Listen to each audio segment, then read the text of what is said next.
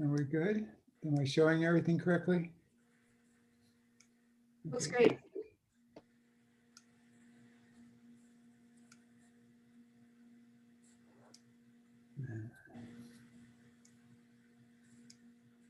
Excuse me if I stumble over some things. It's been a long day. So I need to, at least I can see you guys. I was afraid you're going to all be in a big conference room, which of course we're not doing that anymore, probably. I heard there's some virus going around. Yeah. I don't know if the big Zoom gallery makes it more or less intimidating. No, I prefer it this way because this is what I see every day. Well, not every day, but all my classes and my meetings and stuff. So I can't see everyone because a lot of you are hiding. Let's see. How many are in this? I guess I've only got one screen, so I guess there must be 1, 2, 3, 4, 5. 1, 2, 3, 4, 5. 25. Okay. It might not show. I think there's 36 here. Really? Usually it shows me like, okay, there it is. I was trying to find that arrow that I can push over and see everyone else. See everyone's here. Is MK here? MK, are you there? Yes, sir, I am. I was lurking. Way to blow my cover. You were lurking. You were lurking. If anyone's I'm glad I interested, opened up. I can't bullshit these guys now. You're going to be there. I am president of the Mr. Grant fan club. If anyone would like to join, talk to me afterwards. I was going to tell you, I already said I had a long day. I didn't say I was like feeling a little under the weather too. So I better qualify there now since MK's there and the pressure's really on. No, I had a class 3-hour class this afternoon on building codes. It was actually very good, but I had guests, so it wasn't just me. Let me see if I can fix my screen here a little bit. Okay. Yeah, I heard MK. I heard you're talking to my TEA club, not mine. I'm supposed to be their advisor, but I haven't met with them. Of course, I see them all the time, but not their club meetings. The TEA Florida. Yeah, one of the things that has happened, I guess, thank you, COVID, is that these TPED groups and the TEA groups have really stepped it up. What students across the country have done since March is remarkable. Lecture series, workshops, like the Gator Thrills assignment that this group here does. I really hope that we don't lose some of this awesome in the event that we can ever see each other in person again, because some really, I mean, look around, the adults in the industry aren't doing this. You know, no one over 40 is hosting lectures, but the student clubs are doing really great stuff. Yeah, I know, it's great. I mean, my students, sorry guys, we're not talking about what we're supposed to be talking about, but my students this year are amazing. Yeah. I mean, it's my second cohort, but the energy level there is they're very aggressive, and they're taking advantage of all the guests I have and contacting them afterwards and talking and networking. And so, well, and this group is pretty badass too. The Swamp Thrills competition they run is really impressive. So Gators all around. And by the way, I taught at FSU for years, so I know I like them both. I like you all. Okay, well, this is what you asked me to speak on was a history of amusement and theme parks. Well, this was an interesting thing, and I mean, I wanted to include it in my introduction to themed environments class, and I wanted just one class to give a brief history, but I couldn't really find anything that was that I could use, so I had to just put together what I could find, and it actually has the basis. It has a base that I'll explain to you in a moment. But one thing I wanted to mention in the beginning is that no one should confuse a theme park with an urban environment. And I think that, I mean, since I'm an architect and urban design is one of my favorite things. I mean, unfortunately, but you know, what's really important is, unfortunately, the theme park has replaced the urban public realm for some. I mean, especially like I grew up in the Midwest, and my family and all my relatives would never they would never go to the city, but they go to a theme park. So as far as they were concerned, the theme park was the public realm. I think that's a big issue because they miss out all the great things that are in the city. My point is that a lot of people think the only public realm they actually experience is a theme park. And I think that's a really important thing to realize. And so, because I've always thought, it's like comparing a movie to a live theater production. I mean, a theme park's like a movie, and in an urban environment in a city like New York is like a live theater production. One thing you'll find about me is that I teach this program, themed environments, but I am not an obsessive themed a themed park person, as I am not a theme park enthusiast. So, I mean, I've studied it, I worked in it for a long time, but I am not a theme park enthusiast. So I will provide the negative viewpoint as much as the positive viewpoint.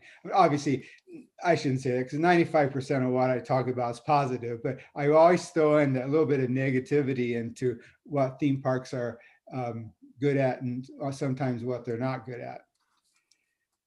One thing as I started exploring the subject, I practiced it for 30 years, but I never had to put together any academic sort of presentations on it, if you consider this an academic presentation. But I think theme parks are essentially amalgamation of amusement parks, theater, and gardens.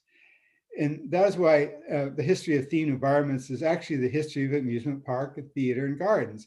And we're really going to focus on theme parks here, but in my program, we do focus a lot on theater and gardens as well. Let's see. And please interrupt me if you want to. I get tired of hearing myself talk, so please, got any questions or comments, jump in. Here's a couple of good points I found interesting is our theme parks, no less than the themed gardens of the Middle Ages, are other. They come into being and thrive only by opposing the chaos or ruin of the untamed and untidy mess beyond. I love that quote. And also, theme parks strive continuously to please, but to do so, they also paralyze us. As William Cronin argues, nothing untoward can disturb the even tenor of their layouts. There are no surprises, just postmodern ha-has, Arcadian tricks that fool us only at the first photo opportunity. Do you guys know what a ha-ha is? You guys, it's really interesting because one of my things that I do specialize is in garden design, and I actually researched a lot of that in my graduate school.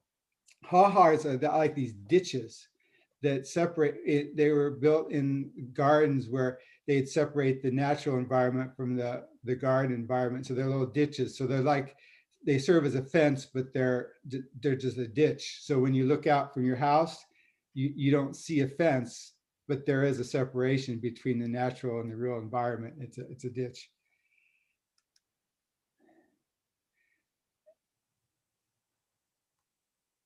I'm repeating what I said before. Some critics confuse theme parks with architecture and urban planning.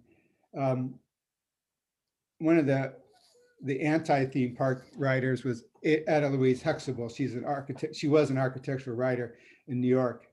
And one of her quotes I liked a lot is, "There's a direct line from the historical invention of place in the American past to that quintessential and most universal of modern American inventions, the theme park.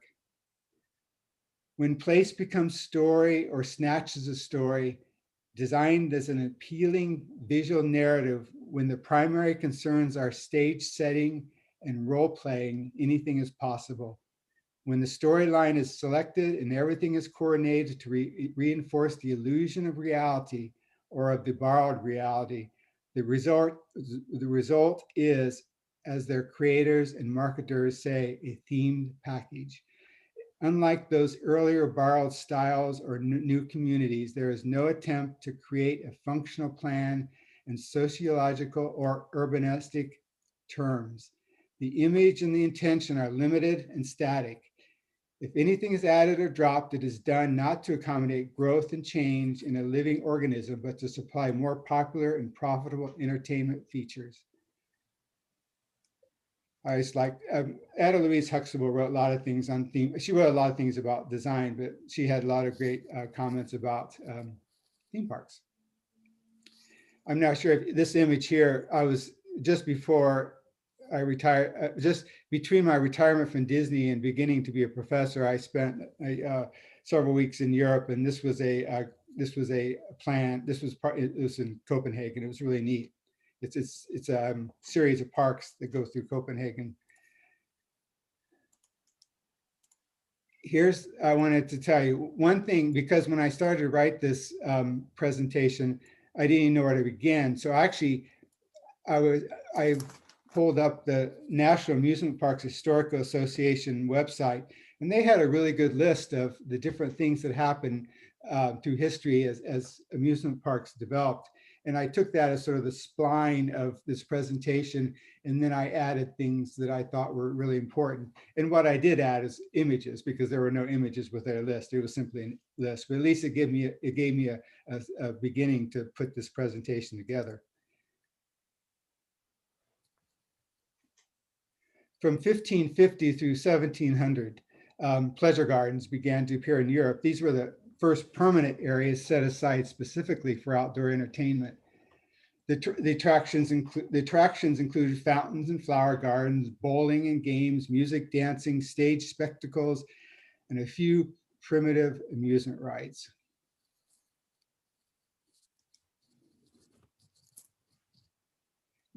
16th to 19th century European gardens. Most scholars agree that 16th to 19th century European gardens were the major progenitors, can't pronounce that word, of theme parks.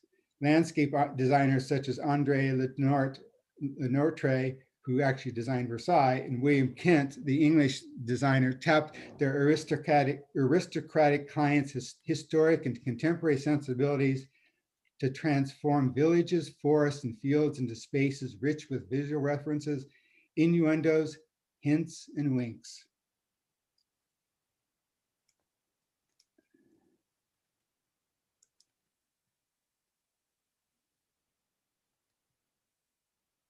The Grotto of Thetis, which is at Versailles, and the Pantheon at Stourhead in England, broke the representational ground for Minetown at Hershey Park and Universal Studios Hollywood's Terminator 2 3D.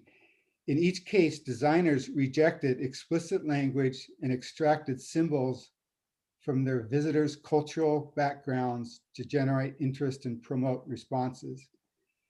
That's an important point. They extracted symbols from their visitors' cultural backgrounds to generate interest and promote responses.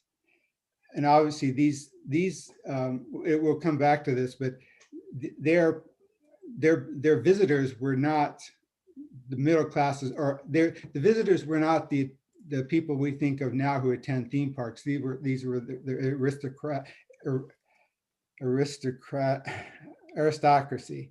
Sorry, I told you it's been a long day. I am continuing to stumble over my words, I assure you.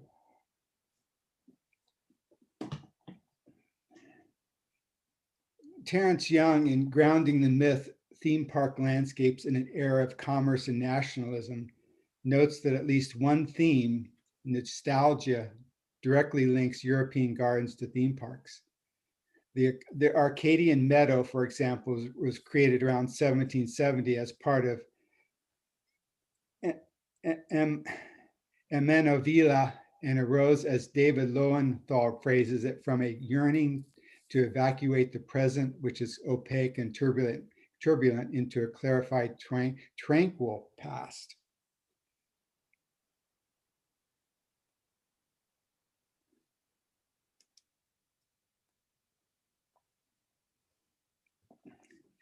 (1650) large ice slides in St. Petersburg. They were supported by heavy timbers and became popular as wintertime diversions in Russia. Small wooden sleds used iron runners to glide down hills in St. Petersburg. They were quite elaborate. These simple amusements were the forerunner of today's roller coasters.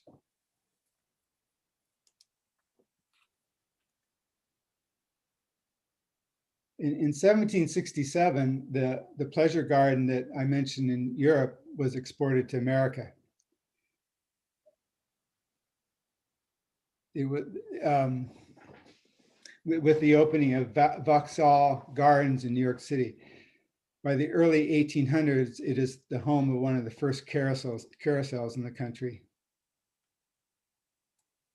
What's interesting is the oldest operating platform carousel in the United States is Flying Horses Carousel in Oak Bluffs, Massachusetts.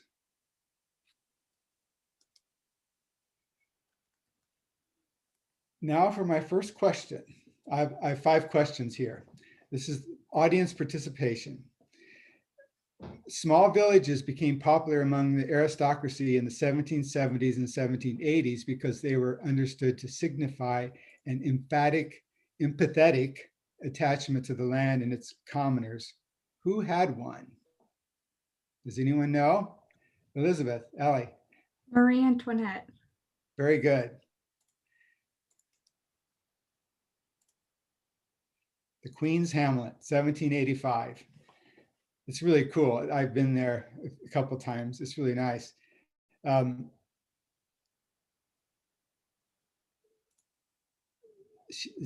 Queen's Hamlet actually features 11 rustic cottages around the lake, including a mill, a barn, a queen's house, and a pleasure garden. The architectural phenomena of the Hamu, I think it's pronounced, it emerged. It was designed to evoke a rural hamlet or village. It embodies the elegant, if ultimately tenuous, synthesis of the traditional and the new. They became popular among the aristocracy in the 1770s and 1780s because they were understood to signify, I'm repeating what I already said, I wrote it down twice. They were favorite attractions during garden tours of noble estates, and they were used to stage peasant festivals and other manifestations. They were really a 3-dimensional realization of a new kind of sentimental pastoral literature that the nobility endorsed in the second half of the 18th century to reassert their virtue and beneficence at a time when members of their own class in the bourgeois public sphere were questioning the naturalness of their status and leadership. That's important to know. The public was questioning their status and leadership. So guess what happens next? The French Revolution. Right about this, and in line with the French Revolution, New York City grows from about 1800, when the French Revolution occurred. It began with 60. I think I tied the French Revolution in New York City here, but so the city grew from 60,000 in 1800 to 885,000 in 1830, which was the beginning. In 1829 is when Coney Island was linked to New York City, which was really an important part of the development of themed environments and theme parks.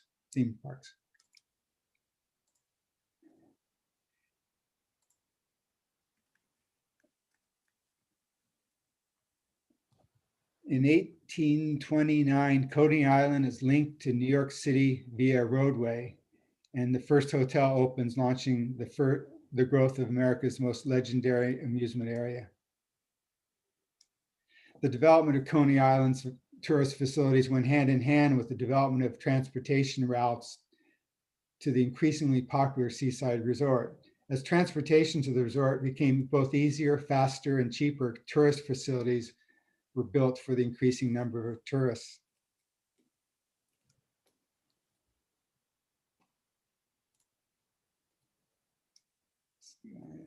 That was the image right there is the first hotel in Coney Island. In 1842, the first looping gravity railroad is exhibited at Frascati Gardens in Paris. It was not, it wasn't for guests. It was more of a, you know, attraction.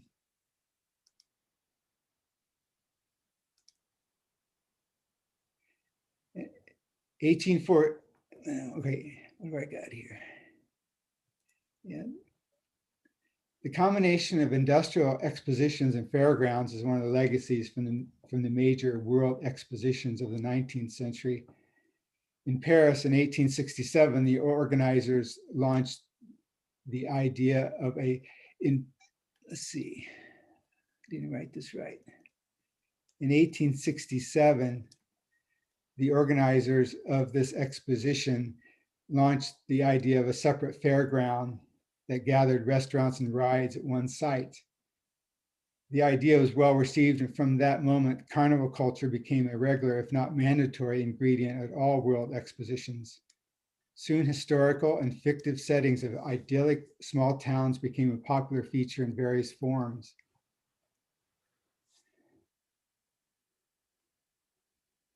The International Exposition of 1867 was the second World's Fair to be held in Paris.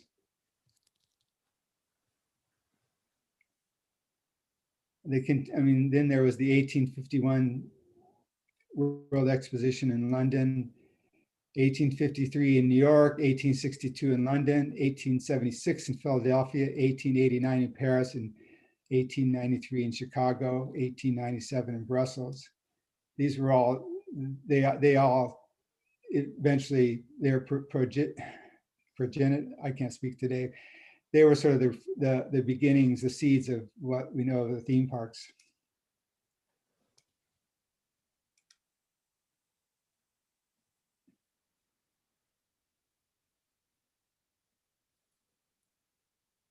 Oops, don't want to keep going. Okay, back. I found this really interesting when I was researching it. This ride, I don't know how to even pronounce it, the Mach Chunk Switchback Railway.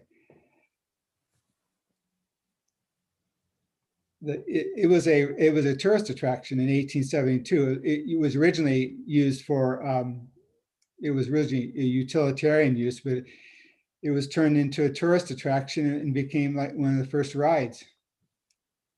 It was as I said, 1872. It provided views of the areas that it went through. It transferred it moved at less than 10 miles an hour. It had a thrilling ascent, even more thrilling descents, and even more thrilling descents with suspense curves, and 17 of its 18 miles were downhill. Riders enjoyed spectacular views of what largely became, because of the railroad, became known as the Switzerland of America, the Blue Ridge Mountains.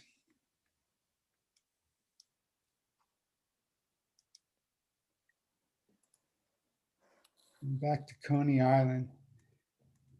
In 1875, with the completion of the first railroad to Coney Island, it was becoming a seaside resort very rapidly. Coney's most popular attractions were in the pavilions built near the water. The attractions included cabaret entertainment, vaudeville acts, melodramas, fortune tellers, games, and rides such as small carousels.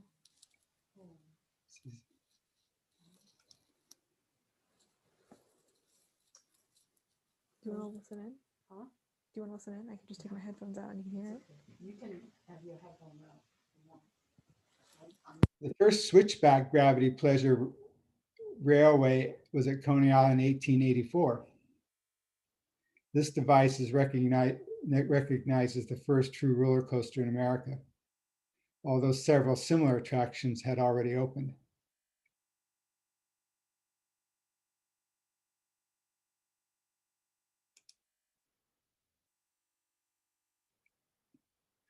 In 1899, the first vertical looping roller coaster.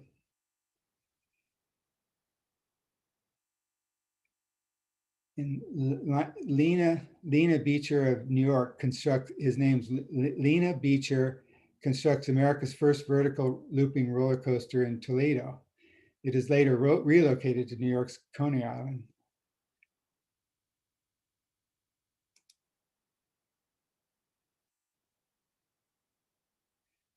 You should know the answer to this one too. When was the term midway first used to name a specific physical environment?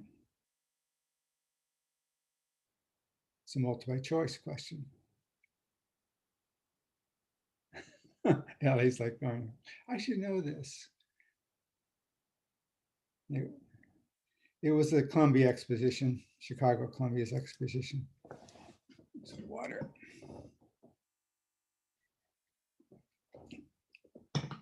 And, Chicago's Columbian Exposition introduced the famous George Ferris giant wheel. A true wonder of the then modern world, the Ferris wheel weighed in at over 4 million pounds. It was 264 feet high. It was actually they wanted to compete with, they wanted to do something that was as spectacular as the Eiffel Tower. And so they did this. If you guys haven't read Devil in the White City, I highly recommend it. It gets in, it's a two-part book. It has two stories going on, but it occurs during the Chicago's Columbian Exposition, and it does get into the detail of the Ferris wheel, and it's a really amazing book.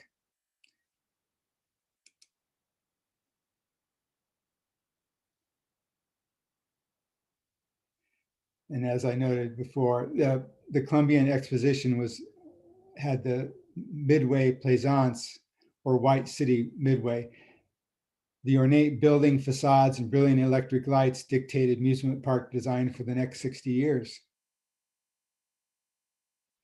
As a form of space, World's Fairs are excellent examples of themed environments because they incorporate sign systems as a way of communicating to onlookers the significant, again, losing my voice, the signification of buildings and exhibits, both regarding what the displays stand for as symbols, and they seek to compel visitors to do or how to behave in the exposition spaces.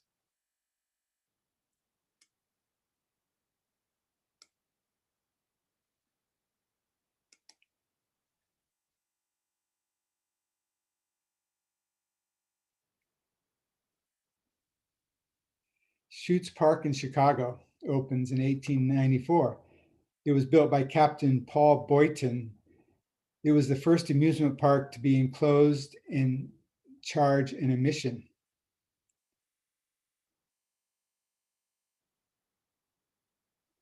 The park served as a model for Sea Lion Park at New York's Coney Island.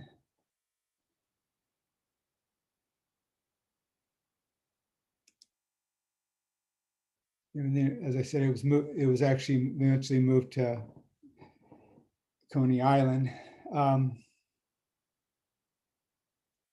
Sea Lion Park in Coney Island, 1895, inspired numerous amusement parks throughout the United States, including the three great Coney Island parks, including Luna Park, Dreamland, and Steeplechase.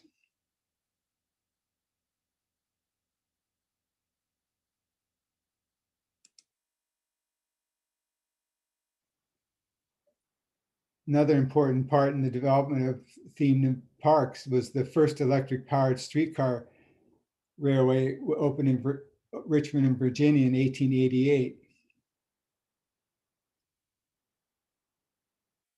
And why this was important, there you go. We'll get to that. In 1897, Steeplechase Park, Luna Park, and Dreamland appear as prototypes for the 20th century theme park in a way they integrate scenography, entertainment, technology, and commerce.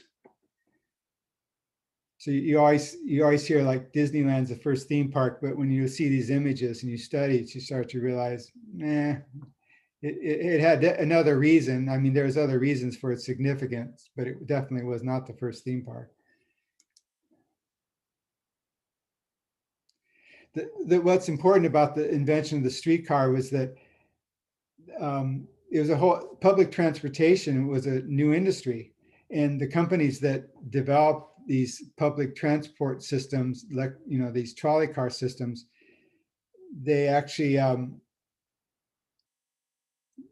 let's see, how do I say that? The electric light and power companies charged the traction companies a flat monthly fee for electricity, and on which they ran their trolleys.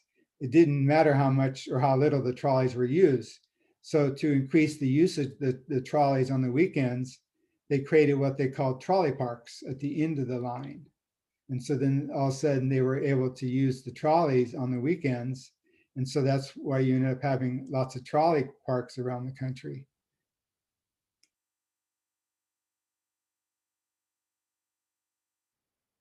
And actually, if you guys have always heard of Kennywood, Kennywood is actually one of the remaining amusement parks that began as a trolley park in Pennsylvania, because I'm sure you guys have heard of Kennywood.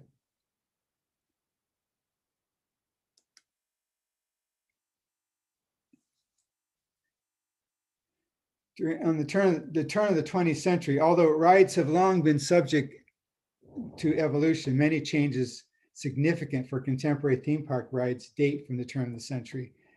Great numbers of rides were built at that time, and with technological developments and increased sophistication within the genre, new rides began to be designed that had carefully nuanced motion, elaborate fabricated landscapes, stories with increasingly complicated plots, and new uses and sorts of sound. Another really important exposition was the 1901 Pan American Exposition.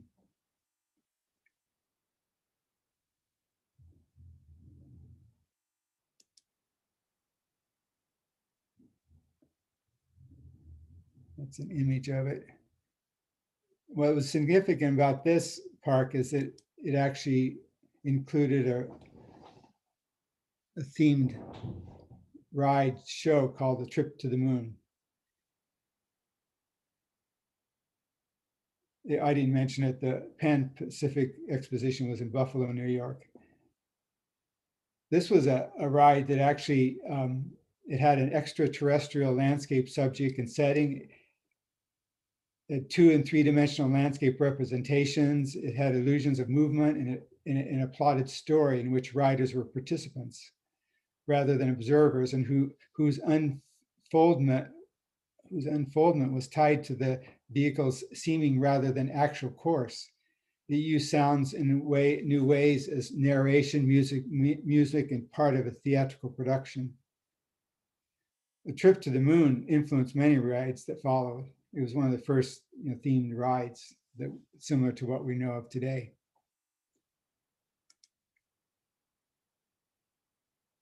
And back to Coney Island.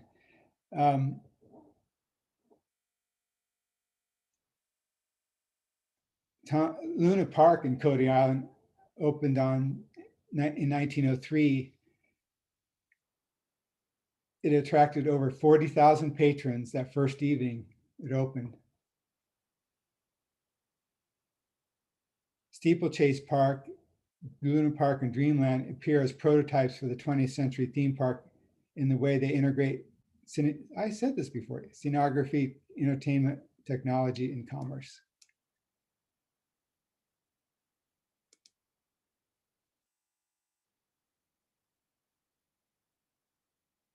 This is Dreamland. Amazing.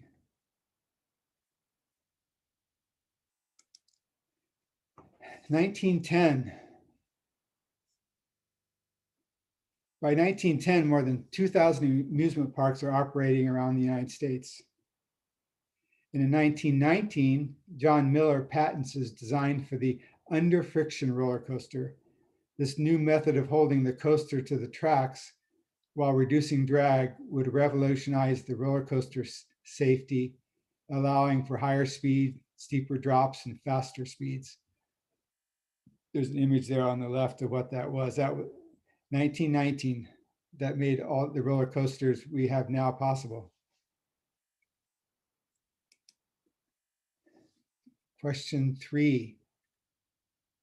Many parks closed during 1915 through 1920 due to the automobile, the economic depression, motion pictures, World War I, or the sinking of the Titanic. Any idea? That's a harder one.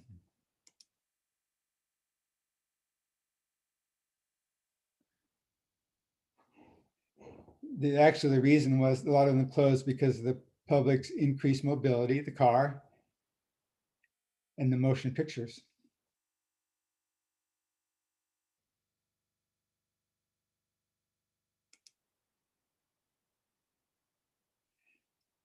The 1920s is the golden age of amusement parks.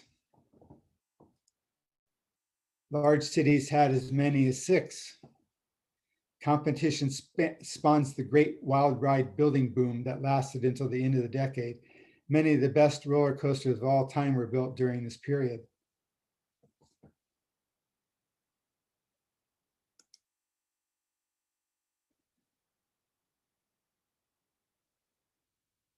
Let's look at one.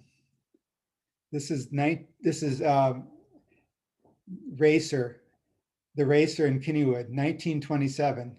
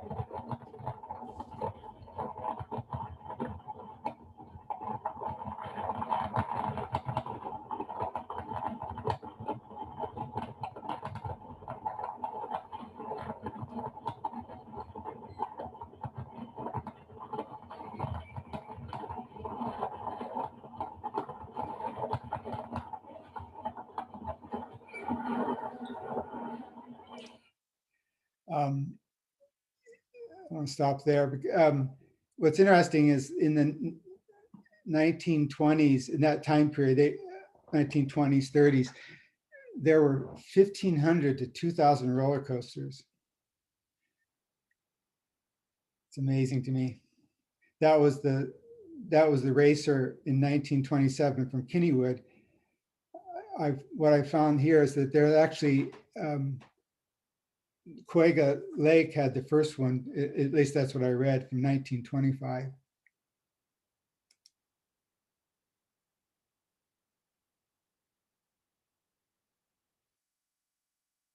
Well, you guys are, I didn't realize you were chatting. Let's see. I don't have time to read all your chats. 20 chats, wow. Okay. Now I want to watch it again. Do you know if the Racer at Kings Island is like closely related to that ride? I don't know. Of course, Kings Island, we'll get to Kings Island. That's near, I mean, I grew up in Indiana and I remember Kings Island when it opened. Not that I think I was there the first year it opened because I was in a high school marching band that marched through Kings Island. But I don't know, the only way it would have been there is if they moved it from someplace else, because Kings Island is not, I won't get to it, I think it's 1973 or something like that. 1972 it opened. So it's not that old. I mean, in my terms, not that old. Yeah, it came later, Brandon. It was the biggest in the world at the time. Okay, got it. Sorry, hit the wrong button. Okay. 1920s, Colonial Williamsburg. It was one of the first themed environments in the United States. When Williamsburg was restored, it was determined that a lot of the buildings existed, but they determined to cut off. They just removed everything that existed before after 1770. So they had the cutoff date was 1770. This resulted in the destruction of 730 buildings and the renovation of 81. Here's another quote from Ada Louise Huxtable, which I liked. The replacement of reality with selective fantasy is a phenomenon of that most successful and staggeringly profitable American phenomenon, the reinvention of the environment as themed entertainment. The definition of place as chosen image probably started in a serious way in the late 1920s at Colonial Williamsburg, predating and paving the way for the new world order of Walt Disney Enterprises.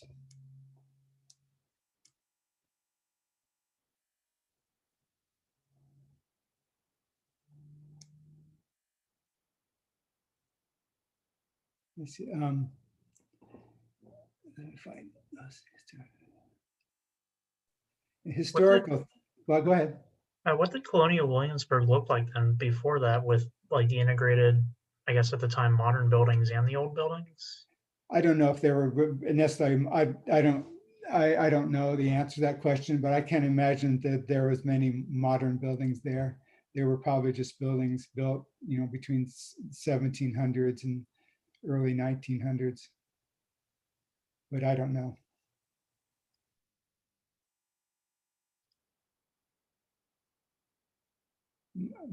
Let's see, there's a quote here I liked.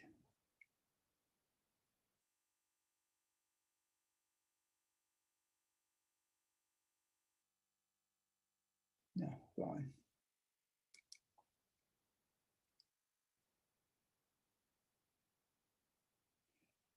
In 1928, Playland in Rye, New York opened. It was actually designed by a New York architectural firm and is the first fully planned amusement park built from the ground up.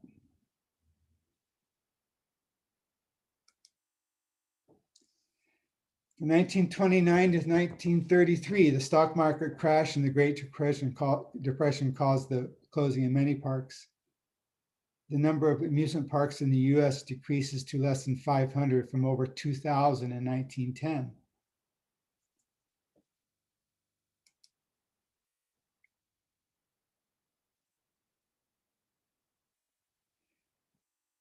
In the 1940s, the amusement parks offered a diversion from the Second World War. Rationing and scarcity of supplies hamper the wartime growth of amusement parks, though.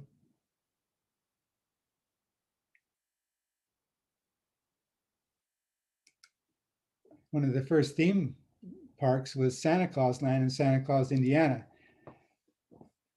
I'm actually from Indiana, and I actually remember going there when I was a kid.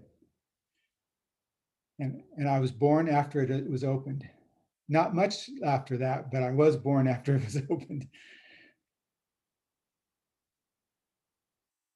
It's still there, but it's a much bigger park now, and it's not called Santa Claus Land anymore. I think it's called something else, Holiday Land.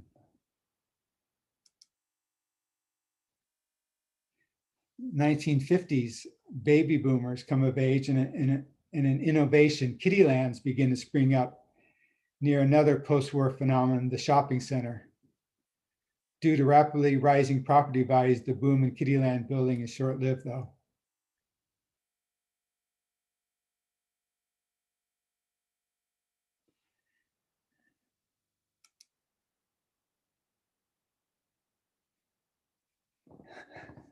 Question number 4, what was the most significant event in themed entertainment industry in 1955? You should all know the answer to this question. Like it's obviously the Peter Pan one, right? Yeah, right. Now Disneyland opens. So guess what happens next?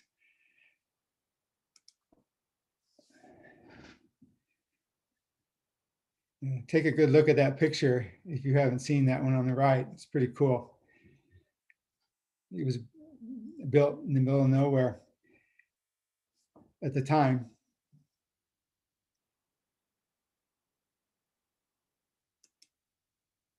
So 1955, Disneyland opens.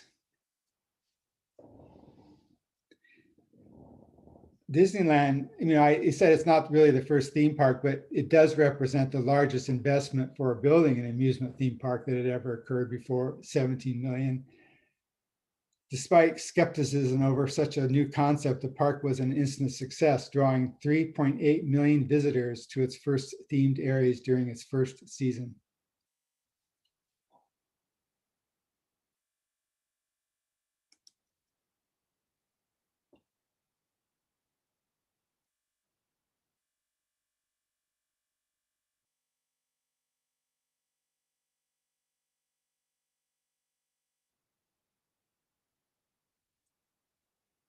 I'm not going to read from this article, but if a really good article on the importance of the castle to Disney is called Disney Castle Kingdoms and No Common Man by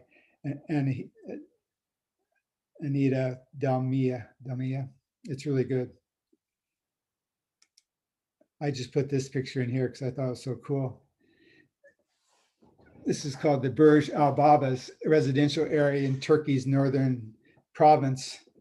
It began in 2014, but its developer failed to come up with a required amount of money for finishing the medieval castle, so it's unoccupied. But it was designed to include 732 chateau-style villas. 587 were built. There must be someone living there though, but it's so, can you imagine someone building 587 of those and they're all the same?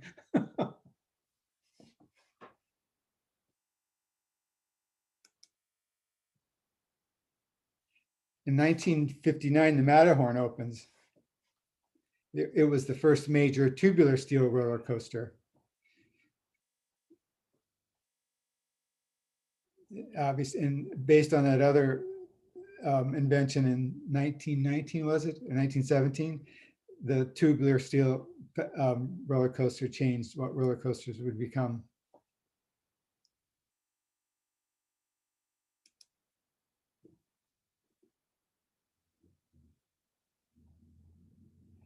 Here's an open question. What impact did Disneyland have on the amusement theme park industry? Because there were many theme parks before Disneyland, but Disneyland's opening was a pivotal point in the history of the amusement park theme park industry. What changed? This is a more obscure one.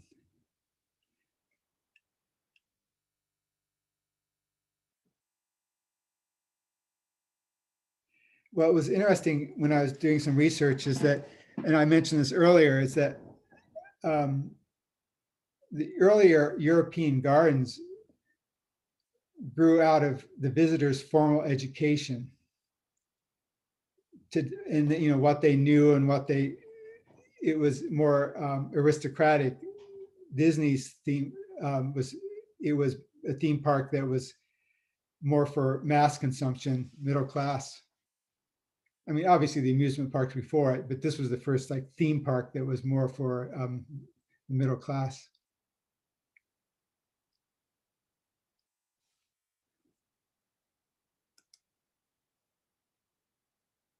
And we get into more contemporary times. In 1961, Six Flags opened in Texas. This was the first successful regional theme park. In its first full season of operation, 1.3 million visitors passed through the turnstiles. In 1963, the first log flume ride at Six Flags over Texas was introduced. The ride quickly became the most popular ride at the park, and soon the log flume was being built at theme and traditional parks around the world.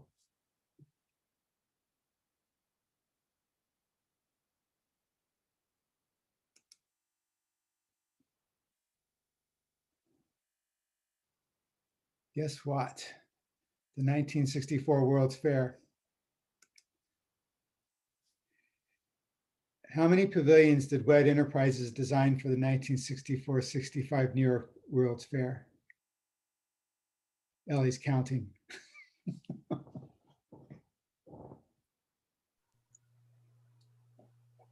I think at least 2. At least 2.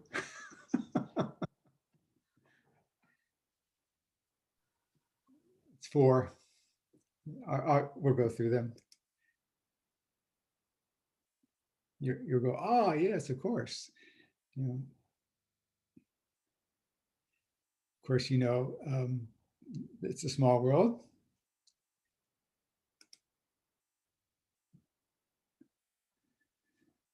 Great moments with Mr. Lincoln at the Illinois Pavilion.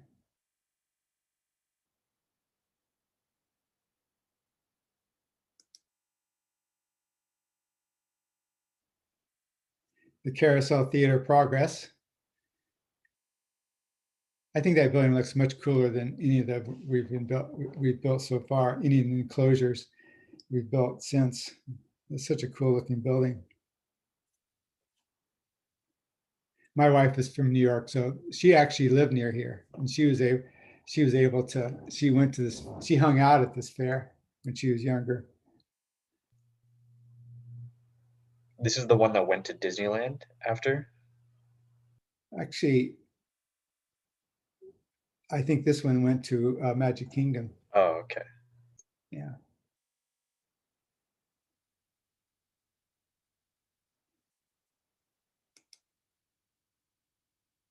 And then the Ford's Magic Skyway.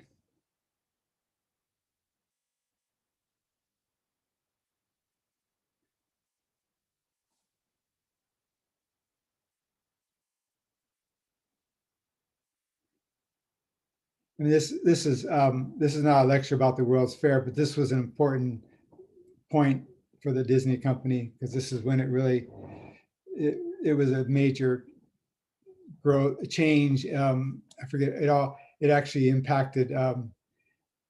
It sort of the development of these new rides and the growth and some of the ideas that came out of it impacted the company a lot. In the late 1960s to early 1970s, large inner city parks began closing, reflecting changing times.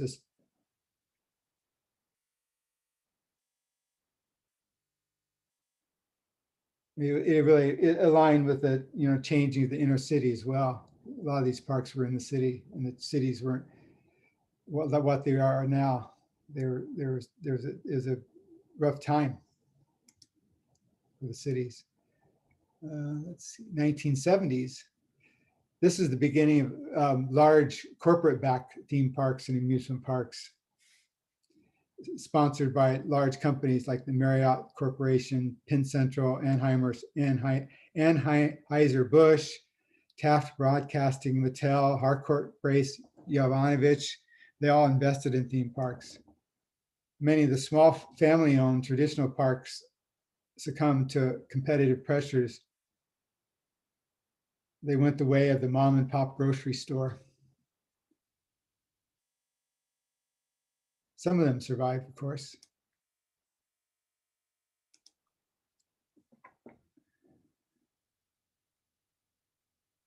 In 1971, the opening of Walt Disney World. This was then the biggest investment ever for an amusement resort. It was $250 million. Compared to what's spent now, that's very little. And then you mentioned Kings Island, 1972. And it's interesting, you mentioned the roller coaster, the wooden roller coaster. My notes actually said that the opening of Kings Island is credited with the revival of the classic wooden roller coaster by building the racer. So that was like, it must have been one of the first times they stepped away from the steel roller coasters and built an older wooden style one. How did you know about that? I've written it. Oh, you wrote it. Yeah. And there's a picture of it. The 1970s is the decade of the roller coaster. Not only are parks seeking to top each other with the tallest and fastest ride, but it is the decade of innovation. It was, the 1920s was innovative, and then the 1970s just took it to another level. I just hit the wrong button.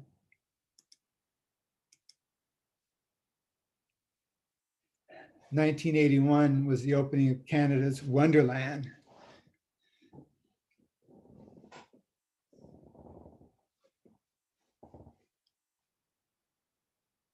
It was actually considered to be the largest theme park to be constructed in North America for several years.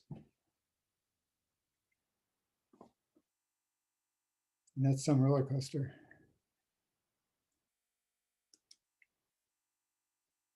In 1982, Epcot opens. It was the first theme park to actually surpass a cost of $1 billion. Then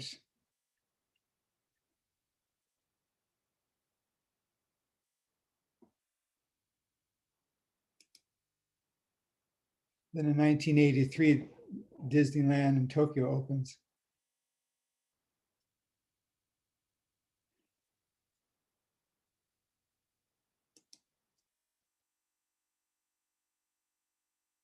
Also in 1983, Cahuenga Lake in Aurora, Ohio adds Boardwalk Shores, becoming the first park to offer both a water park and amusement park for one single admission price. This begins a major trend for both newer theme parks and the traditional parks alike. And the 1980s became the decade of the water attraction. Another significant point in the history of amusement theme parks was 1987, Kennywood and Playland are listed on the National Register of Historic Places.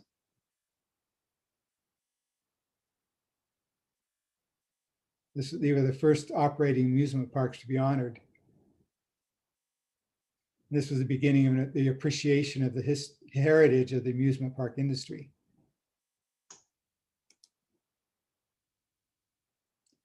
1988, SeaWorld opens in Texas. This was the first major theme park to open in North America since 1981.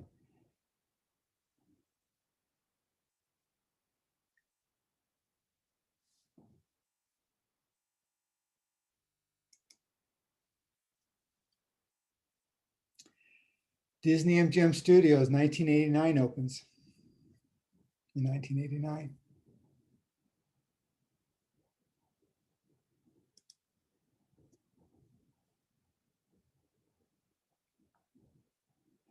'90s show a lot. 1990 was a lot of things open.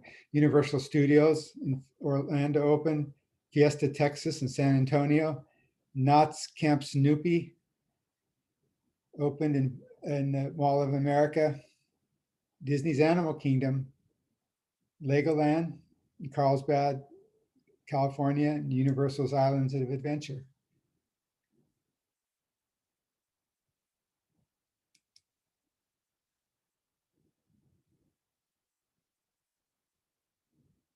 In 1992, Batman the Ride opens at Six Flags Great America in Gurnee, Illinois, the first inverted roller coaster in which the cars travel underneath the structure. 1997, Superman the Ride opens at Six Flags Magic Mountain. This roller coaster breaks previously unthought of records for the tallest structure, 415 feet tall, and the fastest launch speed at 100 miles per hour. Have you guys ridden this? Yeah, you did. I'm not a roller coaster person, so I was curious. I think me and one other person in the chat have written it. What? Me and one other person in the chat have written it.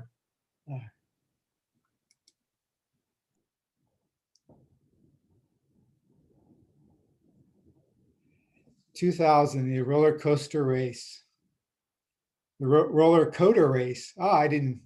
Oh, it's really the roller coaster race.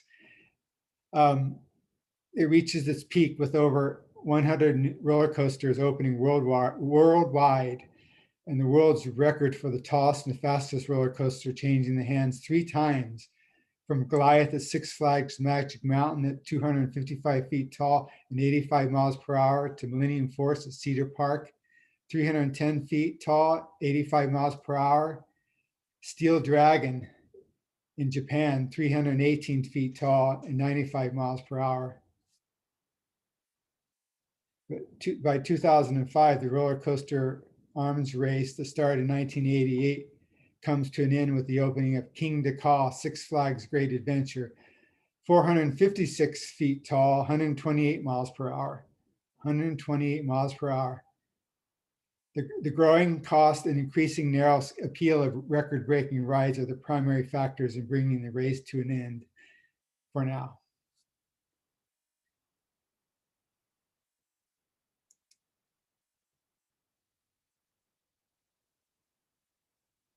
We're almost done. Now we have another question. Let's see who can get this right. This is based on Theme Park Insider. What are the world's best theme park attractions? I think this should be an easy one for you guys, the first one at least. Is it like a general or like specific rides? Specific ride? Is Millennium Force on the top? Nope. Steel Vengeance? No. It's a new one. John in the chat said Rise of the Resistance. Yeah. Yeah, forgot about theirs. Yeah, and it's so new that, and a lot of us haven't been on it yet because I'm not going to a theme park now. The other one, Pirates of the Caribbean: Battle of the Sunken Treasure. Have any of you been over there yet to see this? Yeah, I haven't. Tokyo Disney Sea Journey to the Center of the Earth. I didn't make these up. This comes from, the Theme Park Insider. Flight of Passage, of course. Hagrid's Motorbike Adventure. The Amazing Adventures of Spider-Man. That's amazing because that is a relatively old ride compared to the others. It's always been one of my favorites. Mystic Manor, Hong Kong Disneyland. Harry Potter and the Forbidden Journey. Radiator Springs Racers, Disney California Adventure. Splash Mountain, that's another really old one. So anyway, I just got 3 more slides. It's to remind us of the great ones.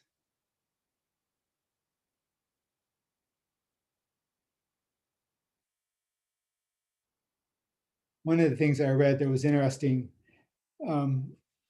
despite their postmodern aspects, theme parks are part of modernity, agents in the homogenization of places. The new ones will be especially influential because they are increasingly likely to be historic rather than futuristic facilities.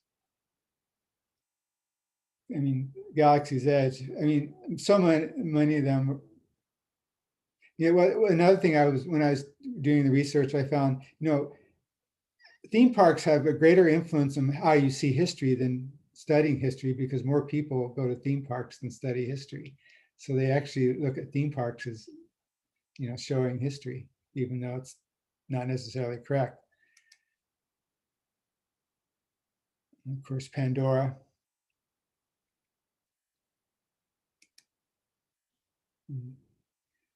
Galaxy's Edge.